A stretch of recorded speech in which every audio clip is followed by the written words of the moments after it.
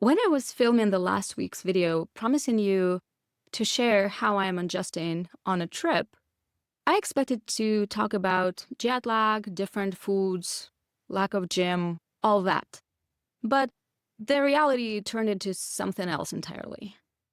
My very first week home included me performing a CPR and attending a funeral of a family member who I love dearly. And in that context, talking about wellness routines on vacation felt a little bit irrelevant and somewhat dishonest. So today, I want to talk about something more real, about something that holds us together when everything else breaks apart. If you're new here, hi, I'm Tamara. I'm a health coach, personal trainer, and behavior change specialist. And I work with people, helping them build wellness routines that are actually supporting their lives, not making them harder. And today I'm speaking less as a coach and more as a human. In absolutely no way do I want to present myself as a flawless, perfect role model who follows through with the plan every single time. It's simply not true. I am a human and I do have my fair share of struggles. But interestingly, even though my current circumstances could be considered dire enough to excuse me not worrying at all about healthy habits, seemingly unimportant things like those, looking back onto this experience, I have to admit that actually these routines acted as anchors for me, helping me to get through the shitstorm that happened without completely falling apart. I literally turned to practicing what I preach and was able to collect even more personal data supporting the critical role of routines in battling the stressful events. While science has discovered all those perks of routines a while ago, finding them through your lived experience definitely has a potential of speeding up and deepening the understanding of how important this stuff is and to engrave them into one's memory. In today's video, I will share what science already knows and what I have personally learned about how having set routines supports us through the toughest times. What does the unexpected event do to us? First of all, our plans fly out of the window. And with the plans go our sense of security and structure, sense of control, giving way for anxiety and stress. And increased stress affects further decision-making, creating more obstacles for managing the situation effectively. You might stop sleeping. You may stop eating. You may start making worse decisions because your prefrontal cortex, the rational part of the brain, goes offline. The body just tries to survive. And if we give in to this toilet vortex, we can find ourselves spiraling right straight into hopelessness, fueled by a lack of sleep, overwhelm, and the loss of the sense of self. In some cases like mine, you're getting a short window of doing, action mode, CPR, making calls, doing logistics.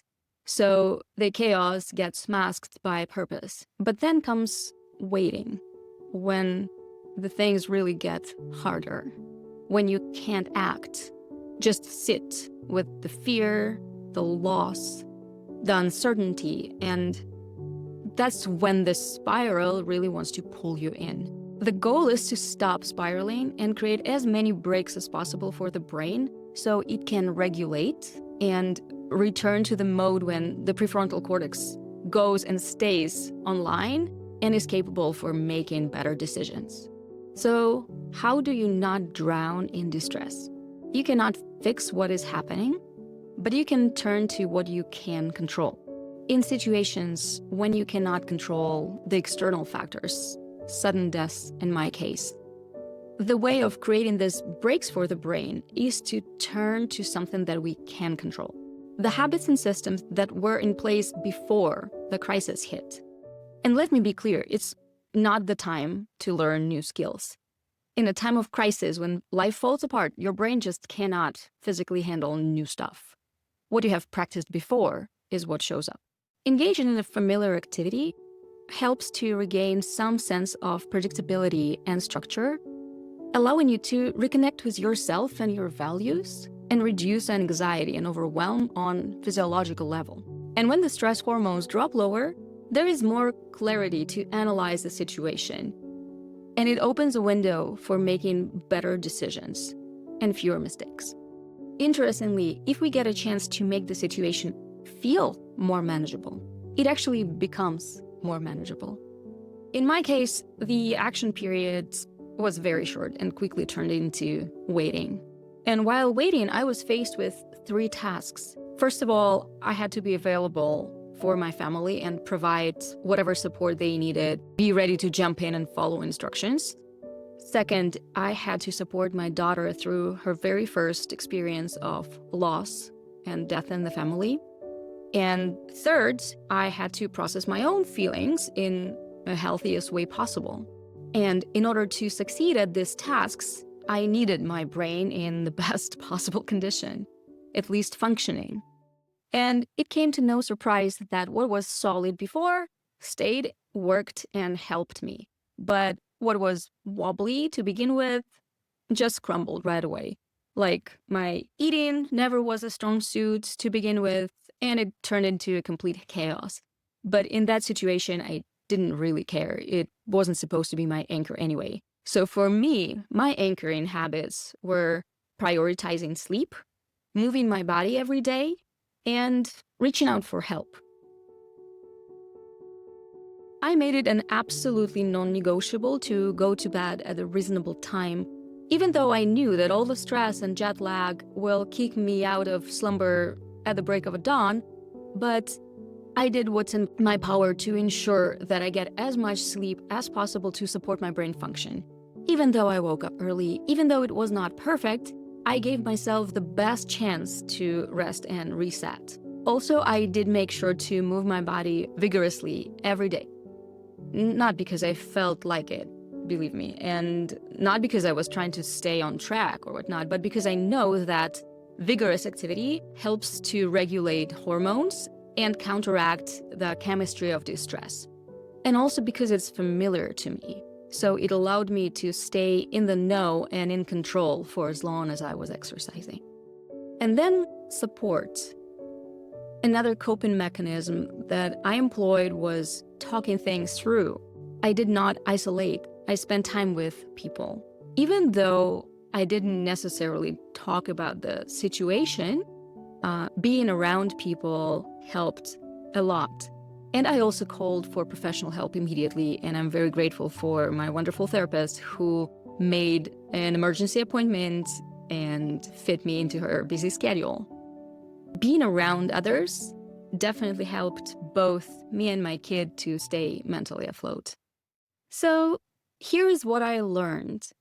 The routines we built when the life was calm, those are the lifelines that catch us when life gets messy and falls apart. You don't need 100 of perfect habits. You need just a few of strong ones. The ones that feel familiar, the ones that feel yours, the ones that you don't even think about. You just reach for them and they hold.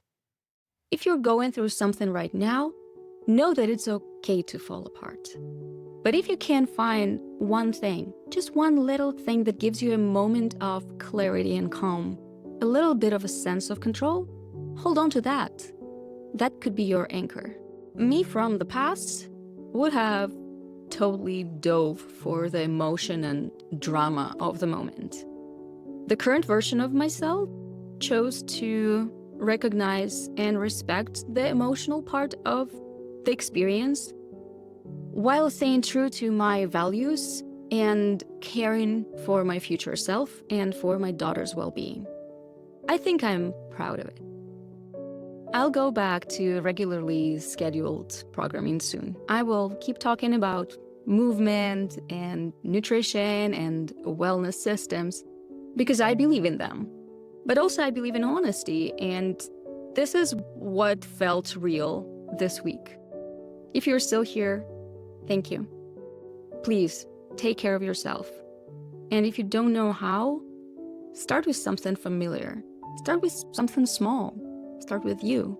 And if you've ever thought that wellness was something to do when the life comes down and I have time, let me offer a reframe. You build wellness routines so you have something to hold on to. I'm not sharing all this to impress anybody. I'm sharing it because it was very real. And if you are in the middle of the storm or considering being prepared for the next one, think of what your anchors may be. I talk more about building routines and habits in other videos, and if you need more personal help, I'm here. All the links are below. I will see you next week.